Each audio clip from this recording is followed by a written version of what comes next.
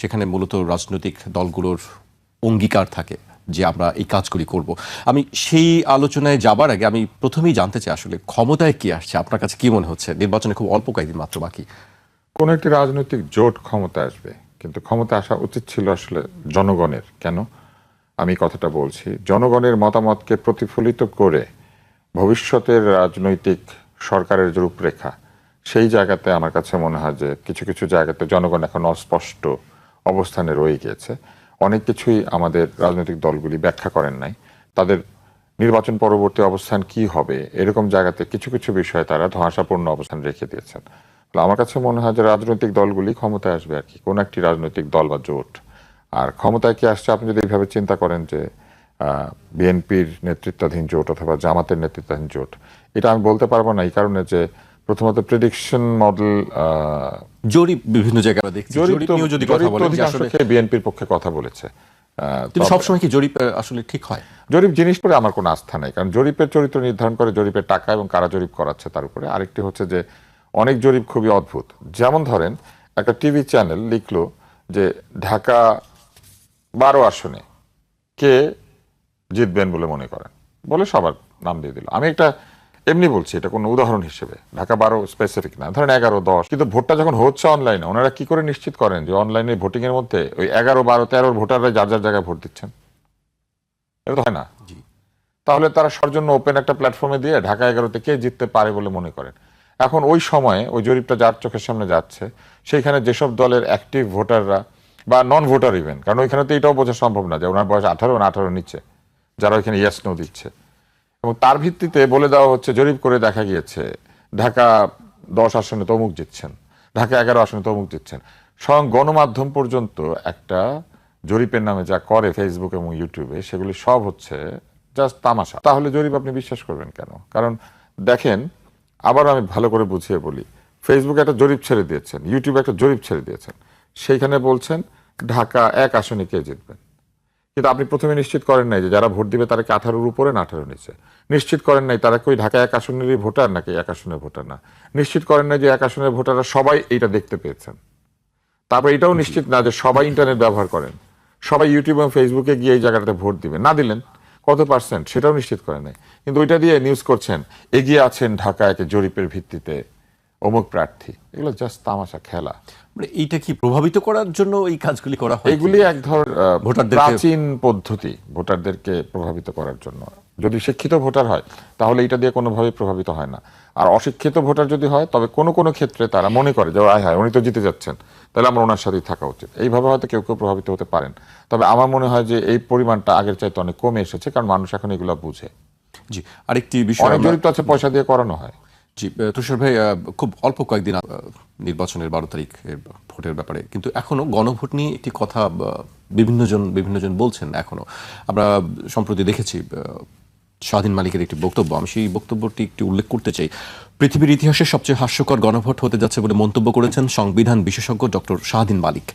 নির্বাচন, রাজনীতি এবং অর্থনীতি নিয়ে খান ফাউন্ডেশনের এক আলোচনায় তিনি বলেন, 12 ফেব্রুয়ারি সংসদ নির্বাচনের কথা বলা হলেও আদতে এটা একটা স্থানীয় সরকারের নির্বাচন হচ্ছে। তিনি তার এই কথাটাকে আপনি কিভাবে দেখছেন? যে তিনি যা বলেছেন তিনি তো সেটা ব্যাখ্যা করেছেন এখানে, অতএব তার ব্যাখ্যাটা যদি আপনি একই সাথে পড়েন তাহলে মানুষ বুঝে ফেলবে। উনি যা যা বলেছেন এই কথাগুলি টকশোতে আমার মতো অনেকেই বলেছেন, গণমাধ্যমে এই প্রসঙ্গগুলি আগে এসেছে। উনি যেহেতু একজন বাংলাদেশের শীর্ষস্থানীয় আইনজীবী, আইনের ব্যাপারে একজন বিশেষজ্ঞ, এমনকি সাংবিধানিক আইনের ব্যাপারও, উনি যা বলেছেন সেইখানে ভুল থাকার কোনো সম্ভাবনা নেই। উনি যদি কোনো কিছুকে হাস্যকর বলে থাকে তাহলে ফেসবুকের হাহা রিয়াকশন ছাড়াই বলা যায় যে এটা একটা হাহা হতে যাচ্ছে, এবং এটা হাহা হবে। কেন হবে এটা কিন্তু উনি ব্যাখ্যা করেছেন। আমি শুধু কয়েকটি কথা বলি। একটি হচ্ছে press institute of Bangladesh, PIB, তারা একটা নির্বাচনী নির্দেশিকা তৈরি করেছে গণমাধ্যম কর্মীদের জন্য। সেখানে পরিষ্কার ভাষায় লিখেছে যে গণমাধ্যমে হ্যাঁ ভোট দিলে নতুন সংবিধান হবে। এই গণমাধ্যমে হ্যাঁ ভোট দিলে নতুন সংবিধান হবে?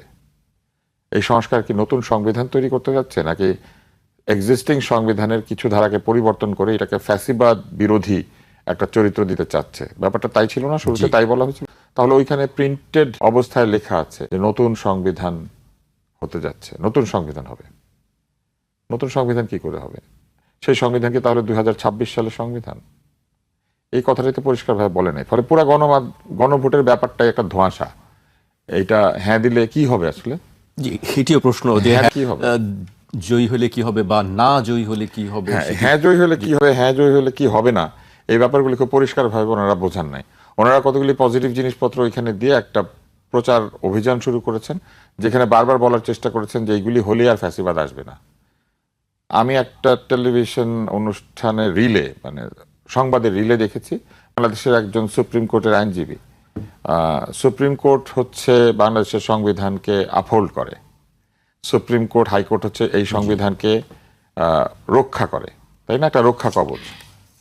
সেখানকার আইনজীবী সংবিধানটাকে লিটারেলি ছুঁড়ে ফেলে দিয়েছেন, ঢিল মেরেছেন। সুপ্রিম কোর্টের দায়িত্ব কি ছিল আসলে আমরা জানি না। যারা সংবিধানের রক্ষাকর্তা তারা কি এই আচরণটাকে সমর্থন করেন কিনা মানুষ তো এটা জানতে চাইতে পারে, কারণ আমরা তো পড়েছি যে সংবিধানের মর্যাদা রক্ষা করা দায়িত্ব। তাহলে কি আমরা যে কেউ সংবিধানটাকে যে কোনোখানে ছুঁড়ে ফেলতে পারবো? আমরা কি এটাকে যে কোনোখানে ঢিল মেরে ফেলে দিতে পারবো, ময়লার ডিপোতে ফেলে দিতে পারবো? আসলে পারবো কিনা এটাই জানার ইচ্ছা। ঠিক একইভাবে এই যে গণভোটটি আয়োজিত হতে যাচ্ছে, এখানে তারা যে বিষয়গুলি বলেছেন, সেখানে বলেছেন যে গণভোটের ফলে ফ্যাসিবাদ আর আসবে না। ফ্যাসিবাদ আসা না আসা কি সংবিধানের উপর নির্ভরশীল? ফ্যাসিবাদ প্রথমেই এসে ওই যে আমাদের এখনকার যে অন্তর্বর্তী সরকার আছেন, ওনারা যে সংবিধানের অধীনে শপথ নিয়েছেন, ওনারা নিজেরাই সংবিধানটাকে বিভিন্ন জায়গাতে উল্টেপাল্টে ফেলছেন না? ফেলার সময় কি বলছেন? আমাদের ম্যান্ডেট আছে, আমাদের বিপ্লব আছে, আমাদের অভ্যুত্থান আছে। ফ্যাসিবাদ তো একইভাবে বলবে, আমি জানি জনগণ এটা বলেছে, আমি জনগণের লোক, আমি জনগণের বাপ মা, বলে না ফ্যাসিবাদ? জি। আমি খাওয়াই, বলেন তো। এগুলো বলতে পারলে ফ্যাসিবাদ ওনারা যে সংবিধানটা সংস্কার করবেন ওইটাকে একইভাবে বদলাই দিবেন। কিন্তু হ্যাঁ সংবিধান দিয়ে ফ্যাসিবাদ আটকানো যায় না। কে আটকাতে গেলে মানুষকে স্বাধীন চেতা হতে হয়, আইন বুঝতে হয়, নিজের অধিকার সম্পর্কে সচেতন হতে হয়, এবং তারপরেও পৃথিবীর বিভিন্ন দেশে ফ্যাসিবাদ এসেছে। এই যে ফ্যাসিবাদ, এটা কি কোনো দরিদ্র দেশে উৎপত্তি হওয়া বিষয়? এটা উৎপত্তি হয়েছিল ইটালিতে। ইটালি হচ্ছে ইউরোপের একটি সক্ষম দেশ ছিল যখন ফ্যাসিবাদ এসেছে। মুজোলিনির হাতে এই ফ্যাসিবাদের সৃষ্টি। ফ্যাসিবাদ শব্দ, এটার আসল উচ্চারণ হচ্ছে ফ্যাসিবাদ, ফ্যাসিস্ট, কিন্তু আমরা এটাকে ফ্যাসি বলি কারণ দন্তস্ব দিয়ে বানান করার কারণে। বাঙালি বুঝবে না, তাই এটাকে ফ্যাসিবাদই বলতে হয়। ফ্যাসিবাদ বললে আবার এখন লোকে বুঝবে না, ভাববে ফাঁসি নিয়ে কথা বলছি। তো এখন যে এটা ইটালি থেকে আসে নাই, তো কেমনে আসলো? উন্নত বিশ্ব থেকে এটা তৈরি হলো কেন?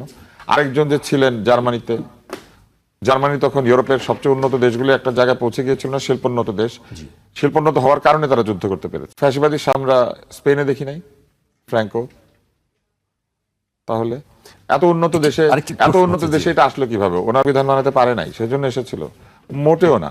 তাদের প্রথম আচরণই হচ্ছে সে সংবিধান ছুঁড়ে ফেলে দেয়। এখন এই গণভোটে বলা হয়েছে যে গণভোটের কারণে ফ্যাসিবাদ আসবে না। ভালো কথা, আসবে না, কিন্তু এই গণভোটে হ্যাঁ হলে তো শরিয়া আইনও প্রচলিত হবে না, শরিয়া আইন করা সম্ভব না। কিন্তু গতকালই সম্ভবত একটি রাজনৈতিক দল তাদের তাদের ইস্তেহার দিয়েছেন। আমি একটা লাইন শুধু বলবো। তারা বলেছেন যে তারা বিভিন্ন ধরনের ব্যবস্থা নেবেন। তার মধ্যে তারা একটি জায়গায় বলেছেন যে তারা পার্সোনাল ল, ধর্মভিত্তিক পার্সোনাল ল চালু করবেন। জুলাইয়ের সনদ কিন্তু যে কোনো ধরনের ধর্মভিত্তিক আইন প্রতিষ্ঠার বিরুদ্ধে। ধর্মভিত্তিক আইন প্রতিষ্ঠা করা যাবে না জুলাই সনদ হলে। তাহলে এটা হ্যাঁ হলে পরে ওনারা যদি জুলাই সনদের পক্ষে থাকেন, তাহলে personal law based on religion এটা কিভাবে হবে? এটা তো ব্যাখ্যা করতে হবে।